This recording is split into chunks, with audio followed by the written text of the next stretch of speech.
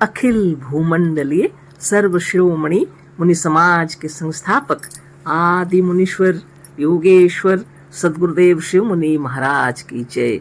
उपस्थित मुनि वृंद, साधु सज्जन वृंद, संत वृंद, साधक वृंद, आध्यात्म ज्ञान के जिज्ञासु और प्रेमियों, सभी श्रोता वृंद, आप सभी को मेरा कोटिशः नमन, सप्रेम जय जीव। तो आध्यात्मिक चर्चा चल रही है और हम लोग सदगुरुदेव शिव मुनि महाराज रचित ग्रंथ वेदांत सिद्धांत द्वितीय भाग के अंतर्गत अध्याय 9 पर चर्चा कर रहे हैं। और सदगुरुदेव बता रहे हैं प्रत्येक तत्व का माने एक एक ईश्वर है ना। हम लोगों ने जाना कि प्रत्येक तत्व का एक एक ईश्वर। तो ब्रह्मांड में पंच तत्व हैं और पंच तत्व के हिसाब से 5 ईश्वर है ना। और गुरुदेव आगे हम लोग को समझा रहे हैं, फिर बता रहे हैं। इतना तक हम लोगों ने जाना प्रश्नोत्तर के माध्यम से, और आगे भी है। सदगुरुदेव बतला रहे हैं एक ही ईश्वर दूसरे का स्वामी नहीं हो सकता है ना। अतः एक ही ईश्वर 5 तत्वों का नियामक नहीं हो सकता। इसी से वेदों में भी ईश्वर को एक नहीं माना है ना। तो वेद के यहाँ मंत्र दिए हुए हैं है ना। तमीश्वराणां परम महेश्वरम तन्देवतानां परमंच दैवतम पतिम पतीनां परम परस्तात् विदाम देवं भुवनेशमीयम भुवनेशमीडयम है ना।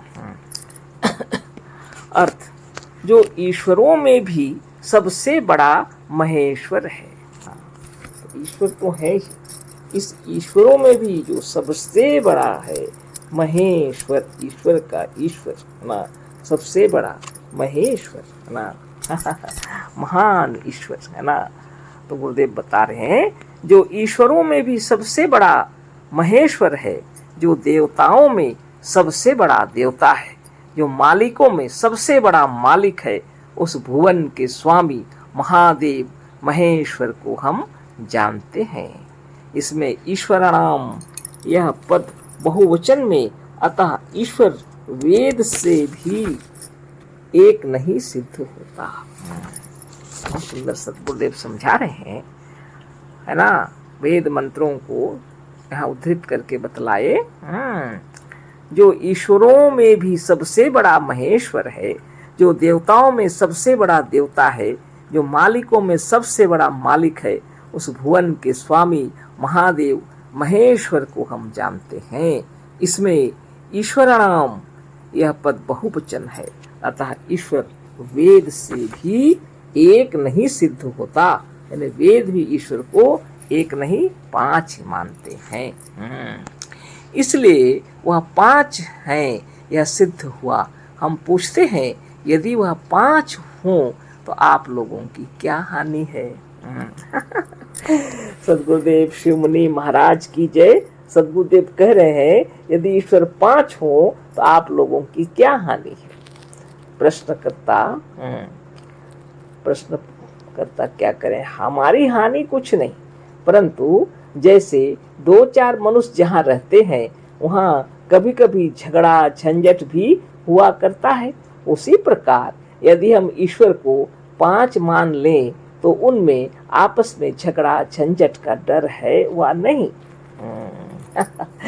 बड़ी विचित्र बात हो गई।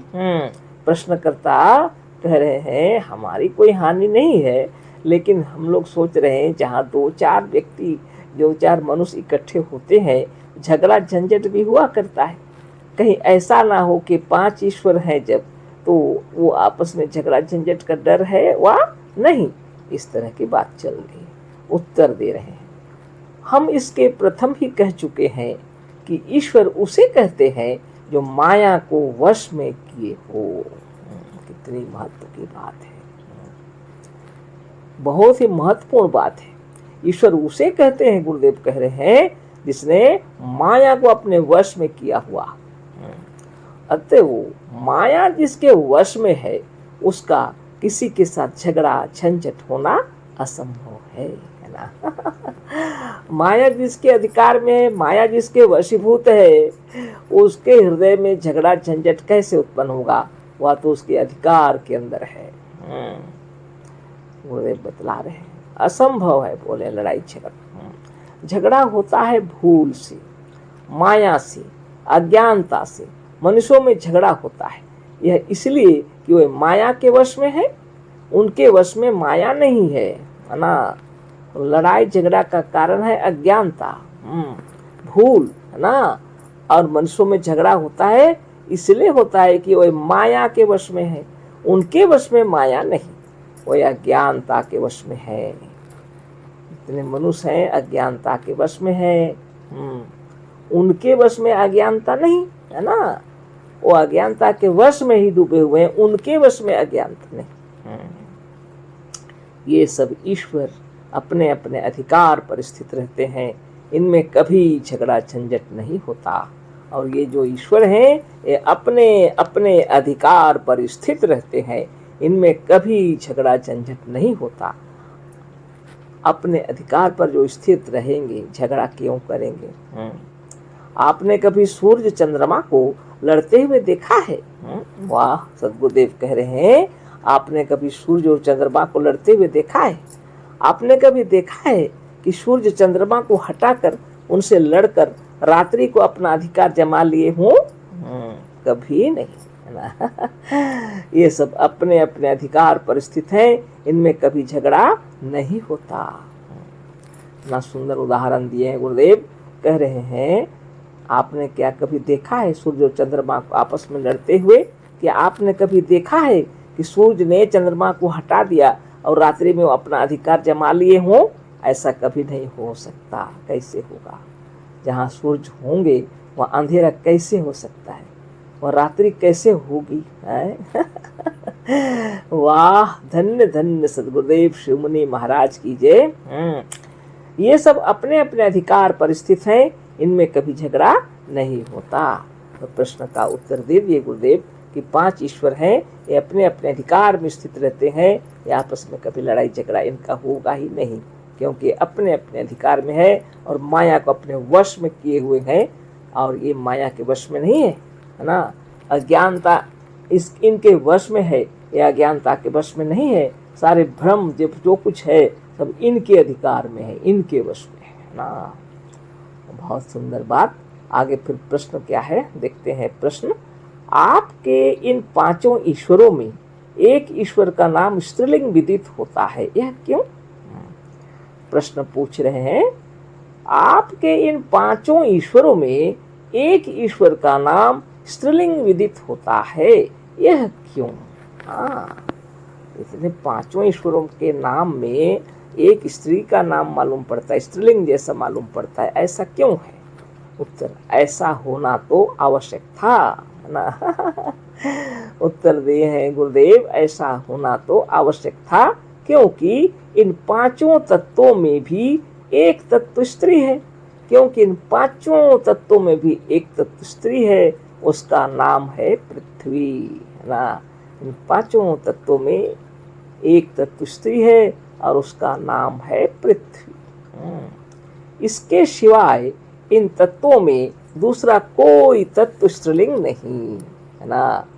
इसके सिवाय मतलब पृथ्वी नाम जो है वह स्त्रीलिंग है, इसके सिवाय इन 5 में एक स्त्री है तो पृथ्वी है, स्त्री तत्व। इसके सिवाय इन तत्वों में दूसरा कोई तत्व स्त्रीलिंग नहीं। उसी प्रकार इन ईश्वरों में भी एक ही शब्द स्त्रीलिंग है, उसी प्रकार इन ईश्वरों में भी एक ही शब्द स्त्रीलिंग है। गुरुदेव कह रहे हैं जैसे तत्व 5 हैं, 5 तत्वों में एक स्त्रीलिंग है पृथ्वी, और उसी प्रकार इन 5 ईश्वरों में भी एक ही स्त्रीलिंग ईश्वर है, एक ही शब्द स्त्रीलिंग शब्द है।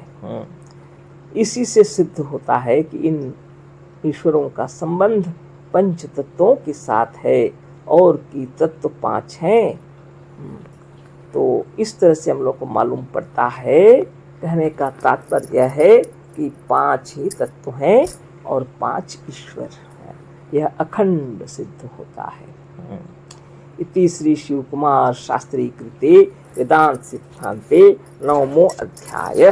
तो 9वें अध्याय में इस तरह से सद्गुरुदेव बतला रहे हैं हम लोग को कि स्त्री तत्व तो एक है ही।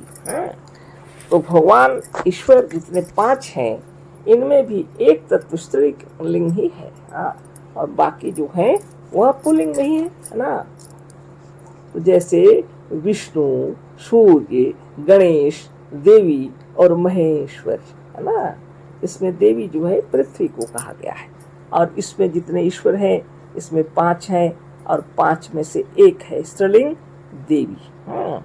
गुरुदेव बतला रहे हैं इतने सुंदर तरीके से कि ये जितने भी ईश्वर हैं 5 ईश्वर हैं, 5 तत्वों के मालिक हैं, प्रत्येक तत्व के एक एक ईश्वर हैं और वो अपने अपने अधिकार पर स्थित हैं।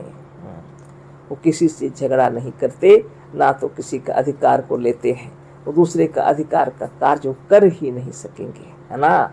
सबका अपना अपना अधिकार है, अपना अपना कार्य क्षेत्र है ना, और अपने अपने तत्व के मालिक हैं। इस तरह से सद्गुरुदेव शिव मुनि महाराज की महिमा अपार है, अपरंपार है ना। तो आज के लिए इतना ही कहेंगे, क्योंकि यह जो 9वां अध्याय है यह पूरा हो गया और कल फिर 10वें अध्याय पर चर्चा करेंगे, है ना। इतना ही बता करके गुरुदेव बतला रहे हैं, इति श्री शिव कुमार शास्त्री कृते वेदांत सिद्धांते 9वां अध्याय, है ना। बहुत अच्छा। तो सद्गुरुदेव शिव मुनि महाराज की जय। इसलिए हम लोगों को निश्चिंत होके साधन ध्यान तपस्या करना चाहिए। प्रणव ध्यान तपोबल से आप स्वयं समझ जाएंगे कि आपके पूरे शरीर के मालिक आप हैं, और यह पंच तत्व से बना यह शरीर प्रणव से, ध्यान से, तपोबल से हमेशा शुद्ध निर्मल होता रहेगा, है ना। सद्गुरुदेव शिव मुनि महाराज की जय। कल फिर चर्चा होगी। अशेष धन्यवाद। कोटिशः नमन। सप्रेम जय जीव।